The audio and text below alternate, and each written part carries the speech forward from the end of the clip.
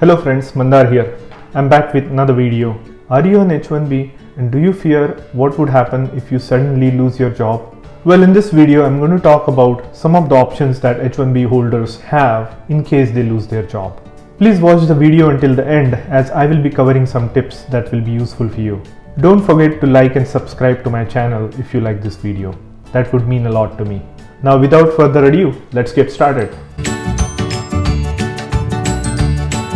If you haven't seen my full video on H1B, I would highly recommend to look it here. Check it out here as I have put in a lot of details on H1B visa. So let's talk about life on H1B, as once upon a time I was also on H1B. It is a dream work visa to obtain for a lot of professionals around the world who aspire to come to the United States to work. It is also a dream visa for a lot of F1 students who are already in the United States and they work towards getting the H1B right after they graduate from their school or university. So what makes this visa so special? Let's look at it. The H1B visa is a temporary work visa for specialty occupation. It means you need to have some specialty skills and education, typically bachelor's degree at a minimum, to obtain this visa. It allows you to work in the United States for up to 6 years. So what makes this visa so attractive? Let's look at it. It is because this visa has an annual cap to it. So typically the government has allowed only 65,000 visas to be approved for bachelors and additional 20,000 visas for master's students who have graduated from US universities. So total of 85,000 visas are issued every year, and that makes it a little bit desirable. So anything that has a limit on it is obviously more desirable. And the second thing is, this visa is very flexible. So although you are bound to your H1B employer, you can easily change your job to another H1B employer who is willing to transfer your visa. You can also amend the visa if terms and conditions of your employment change. So there is a premium processing to it as well. So you can quickly get these things done. So you have some flexibility there. And one of the most important things about H1B visa is that it is a dual intent visa. What it means is, although by nature H1B is temporary visa, it also allows for the dual intent to permanently reside in the United States by applying for a green card, which is a permanent residency. So that is something that is special about this visa. But unfortunately, all good things also come with its own challenges, and H1B is no exception. And these limitations can create some real life challenges to H1B visa holders. So let's look at these challenges. H1B has a maximum limit of 6 years. And if you think about it, 6 years is a long period of time. The reason I say is because in 6 years you will go through some life-changing events such as find a partner, get married, get a car, buy a house, buy personal belongings, buy some household items. So it's a long enough time to build your life.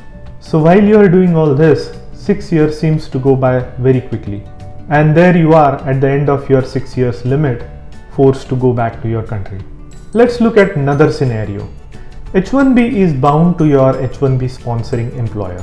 What it means is, as long as you are employed by your petitioner or the company that applied for your H1B, you are doing fine. But what happens if that employer suddenly lays you off or fires you? You only have 60 days to find your next job.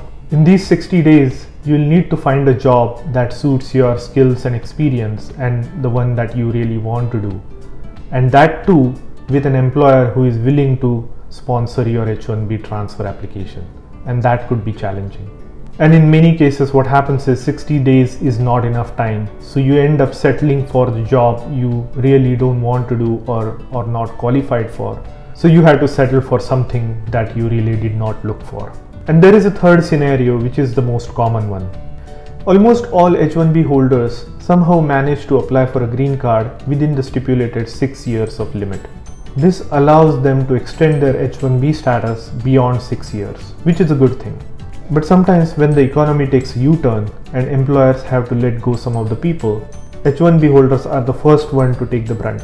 And suddenly they find themselves in a situation where they have to search for their next job within 60 days. Worse, even if they find their next job, they have to restart their green card process from the beginning. although they can maintain their number in the green card line, but they still have to restart their green card process again. For majority of the countries around the world, this is not a big problem, as their green card gets processed within 2 to 3 years. But for the citizens of India, China, Philippines and Mexico, things are not so rosy. Their green card application takes years. For India, it could be anywhere from 4 years to 50 plus years. Imagine that's a very long period of time having to maintain your H1B status. And while doing so, take any job you can just to maintain your status. So that takes a hit on your profile and your career aspirations. So here are some options for H1B holders that find themselves in this scenario. If you suddenly lose your job while on H1B and you don't have a green card application pending, your choices are transfer your status to another non-immigrant status such as B1, B2, which is for visitors.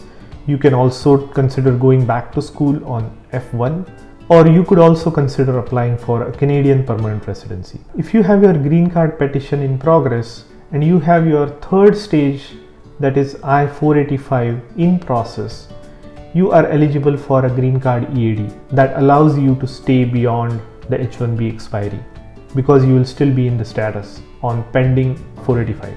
But if you don't have I-485 pending and you are still at the second stage where your I-140 is approved, you could talk to your lawyer and consider applying for an EAD, which is given under extraordinary circumstances such as pandemic, situation where you cannot leave the country after you lose your job, or there is a life and death situation for your family members, and things like that. So you have to prove that the circumstances are extraordinary and USCIS may consider you for an EAD that would allow you to stay beyond your H1 expiry.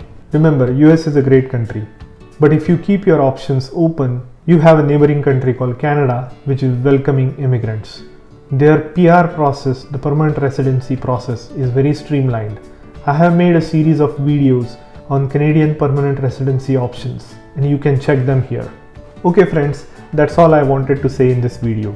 If you like this video, please hit the like button and consider subscribing to my channel, and I will see you in the next one.